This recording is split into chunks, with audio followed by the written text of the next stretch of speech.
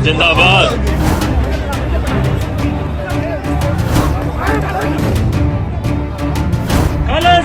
जिंदाबाद। खालिस्तान।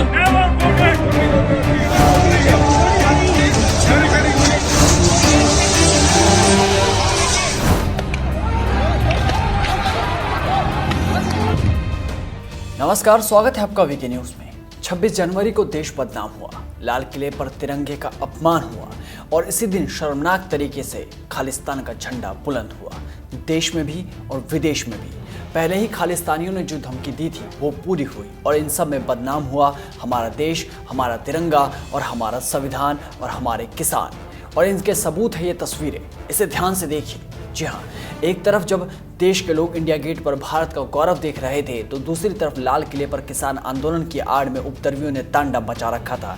एक तरफ जहां देश की ताकत को पूरा विश्व देख रहा था तो दूसरी तरफ विदेशों में खालिस्तानी झंडा लहराया जा रहा था। अपने नापाक मंसूबों को पूरा करने के लिए खालिस्तानियों ने देश के भोले भाले किसानों को अपना हथियार बनाया और अपने एजेंडे को सबके सामने रख दिया। जी हाँ, पहले देश के झंडे का अपमान किया गया और अब यह देश विरोधी देश के बाहर भी खुलकर सामने आ चुके हैं। पहले आप ये वीडियो देखिए जो अब वायरल हो रही है।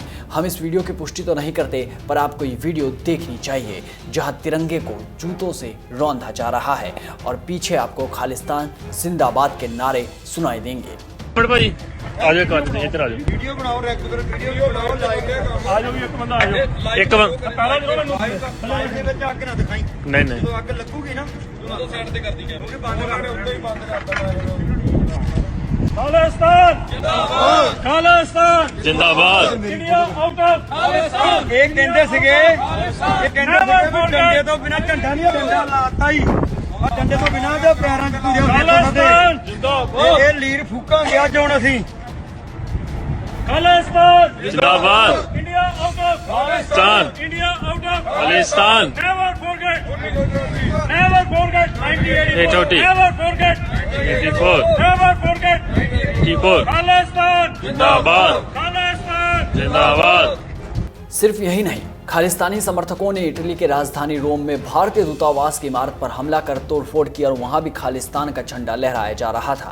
इस घटना के विरोध में भारत ने इटली सरकार के सामने चिंता जताई है। मीडिया रिपोर्ट्स के अनुसार रोम में भारतीय दूतावास की इमारत में रात में खालिस्तान के झंडे लगाए गए, दीवारों पर खालिस्तान जिंदाबाद के नारे लिखे गए और इस घटना के कई वीडियो सोशल मीडिया पर वायरल हो रहे हैं। इस मामले को देखकर भारत ने भारतीय दूतावास की इमारत पर हमले की कड़ी निंदा की और कहा कि वहां राजनयिकों की सुरक्षा की जिम्मेदारी इटली की है।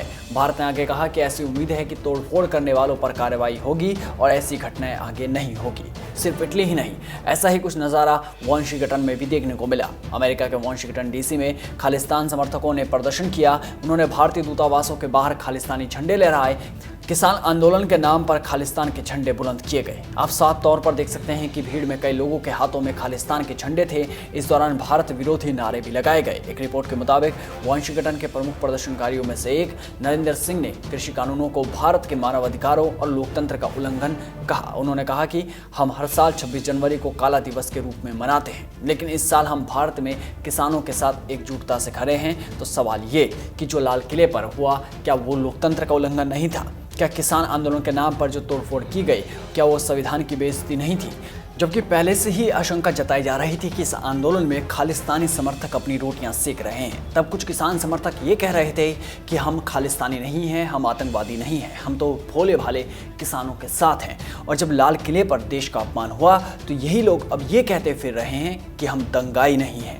तो सवाल ये कि वो कौन लोग थे जो तलवारें लहरा रहे थे? वो कौन थे जो ट्रैक्टर लेकर पहुंचे थे? वो कौन थे जो ट्रैक्टर से पुलिस वालों को रौंदने की कोशिश कर रहे थे? आपको बता दें कि 1 महीने पहले भी वाशिंगटन डीसी में भारतीय दूतावास के पास महात्मा गांधी की प्रतिमा पर खालिस्तान का झंडा लहराया गया था।